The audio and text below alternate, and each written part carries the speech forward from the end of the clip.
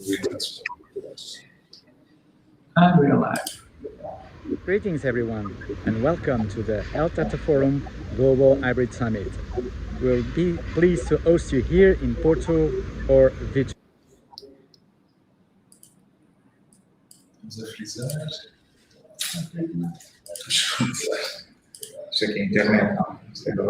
Engineering graduates in Europe.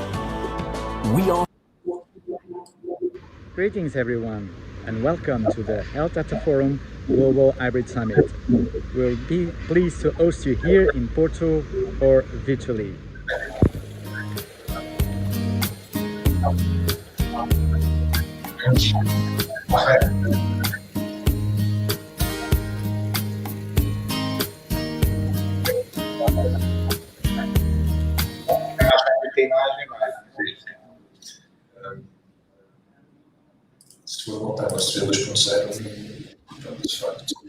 Okay, welcome everybody, and we were just here in the preview edition of the Health Data Forum Global Hybrid Summit, and as you can see, we are just in the setup moments of our show that will take place tomorrow. But we are very, very pleased to have here already some of our guest speakers in the studio with us today. And with us, we are lucky to have a keynote speaker from the session on Friday, Across the World Plenary, Professor Rajendra Pratap Gupta, which is thank you so much, Professor Rajendra, for taking your precious time to be here with us in just a short conversation in the studio. Also with me is Pedro Cid from Digital Health Portugal, a key enabler partner in this event and this summit that we are going to start tomorrow. And welcome, dear viewers, and we are so pleased to be here. And perhaps we could start directly this conversation with our first question. Professor Rajendra has made a recent contribution to the digital health by writing a book that you probably can show us your book, Rajendra. You have it with you, yes. It's a great contribution. I have it with me also. It was very thoughtful to send it an exemplar. It's really what I consider to be the first handbook on digital health. It's something that as we move towards the digital literacy in the health professionals, I think a contribution like this will be a mandatory reading for everyone seriously interested to go professional in digital health. Professor Rajendra, thank you so much for being here with us. The question that I ask you is, if you try to describe your latest book in a sentence, what will that be? So this is the go-to source for digital health. If you have any query, any confusion about digital health, anything you want to know, this is the book that will have all the answers. That's a promise. It's indeed a promise, and I can testify because I have received. It's really amazing. The depth comprehensiveness in this book is really amazing, and it's a wonderful sentence to describe it. Yes. And tell me something. What led you to write this book? What was the main motivation for you to take this enterprise? So Paul, you have been a leader in trying to get people to understand digital health. For last 25 years, I have been health. I have worked with WHO, World Economic Forum. I have been invited to various multilateral bodies and various governments for digital health. And I felt that we lacked a book on digital health which could get people to understand various dimensions, what digital health means, right from the basics to the technical part of it. So I decided to write this. When I signed this book with my publisher in 2019, COVID was not around. But still, I felt there was a huge gap. With COVID, we have got a huge focus on digital health. And when I started writing this book, I looked at giving people a very simple perspective in a language they could understand, not overly technical about what is digital health. So when I actually went to write, I had signed for around 150, 200 pager book on digital health. And when I reached that completion, I realized there is a whole lot more to cover. I needed to cover specialities, I needed to cover various professions beside doctors. So I ended up covering all 31 specialities. I ended up covering all the professions. It is like doctors, nurses, pharmacists, physiotherapists, healthcare counselors. So covered everything, what's happening in various parts of the world, what's going to happen in the next 1 to 3 years. So that people, when they read this book, they can understand what is the next step they need to take, in terms of adopting digital health. I also did one more thing on this. I didn't want to keep it a theoretical book. So I ended up adding, suppose you want to venture out into digital health, what is the next thing you should be doing? What are the things you should be taking care of technically, administratively, and clinically? So that is, in a sense, this book, the comprehensive book on digital health.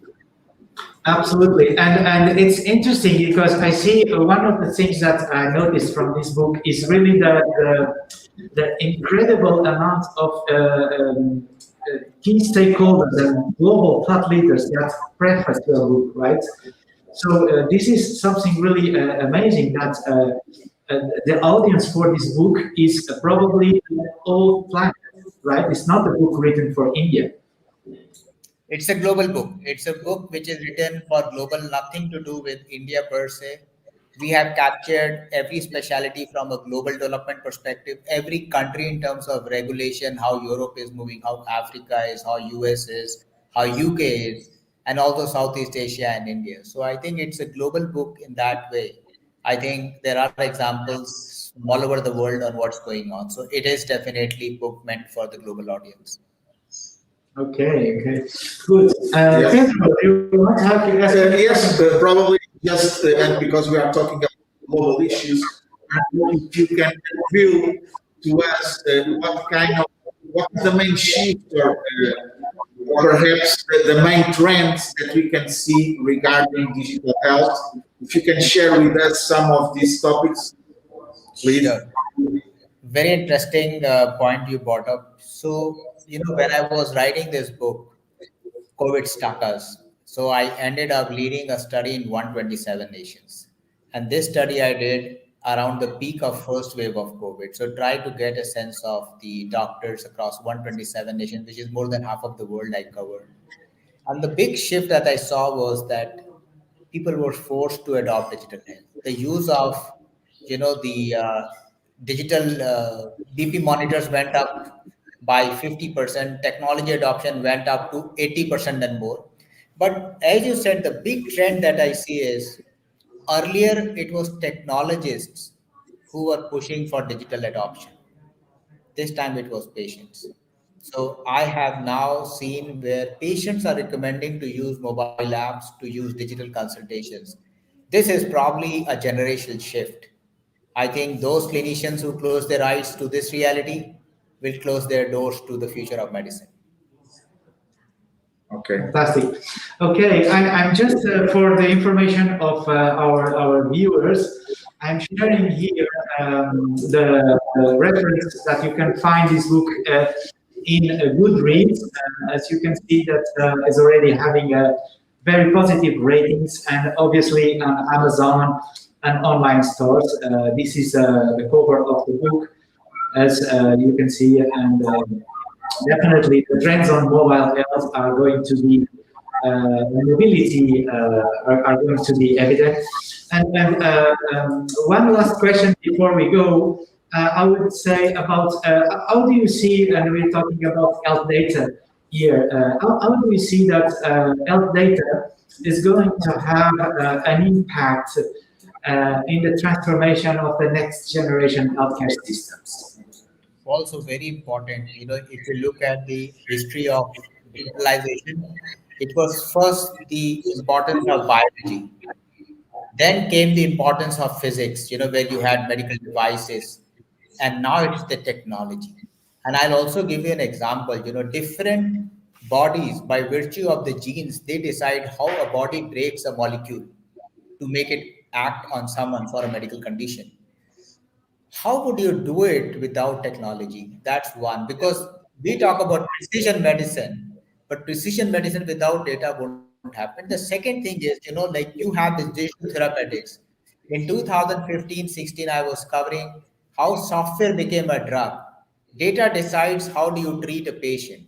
So it is not just the old paradigm. I think data is going to be important. It drives medicine going forward, and without data you would not have the best of treatment. So I think this is a very big shift where you looked at the old way of the conventional approach of using people to talk about, and I see a future where it will change to data, and it's already happening. I'll give you three examples so that you get a sense of how big the shift can be.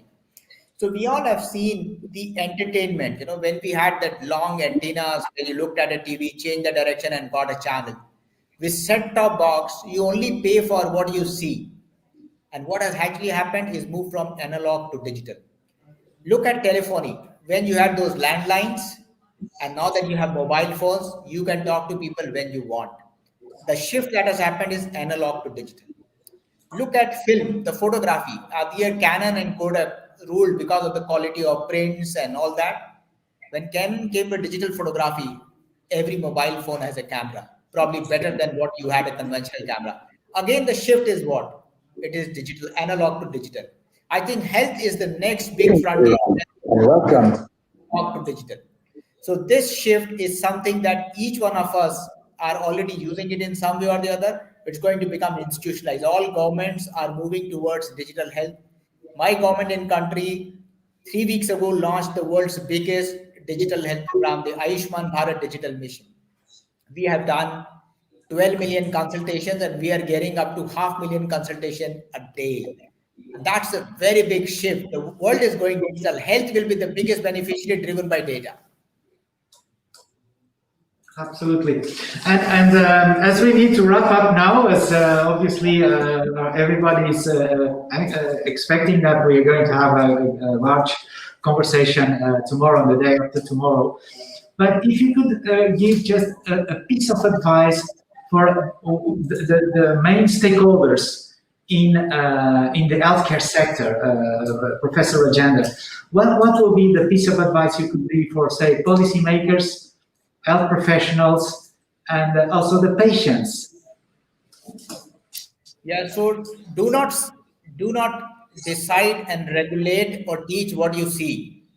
Start looking at what's coming, because this field is moving faster than we thought. I and you cannot claim to be experts. We are as much a student of the developments in digital health as the technology itself. So I think keep your eyes open. And Paul, I must congratulate you for getting the world together to be updated. Every time I come on a forum of yours, I learn a lot because of the kind of stakeholders you get. So I would say the best way to learn is get to make the best out of such forums, get updated, and go back and look at in your practice what new things I can implement.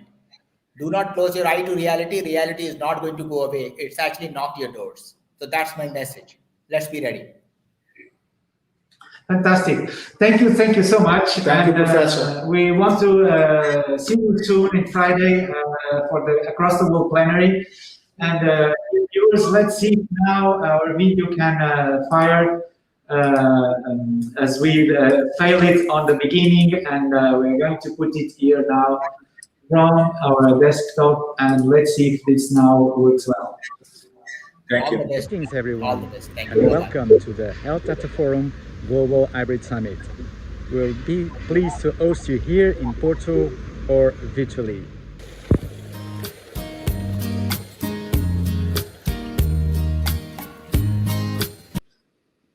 Yes, it seems that we have some problems with our videos here.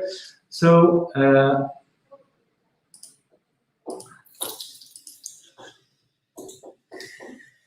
we have some problems with our videos, but anyway, thank you so much for watching, and we'll be here again tomorrow. Bye. All the best. Bye-bye. Thank you so much. Thank you. Bye.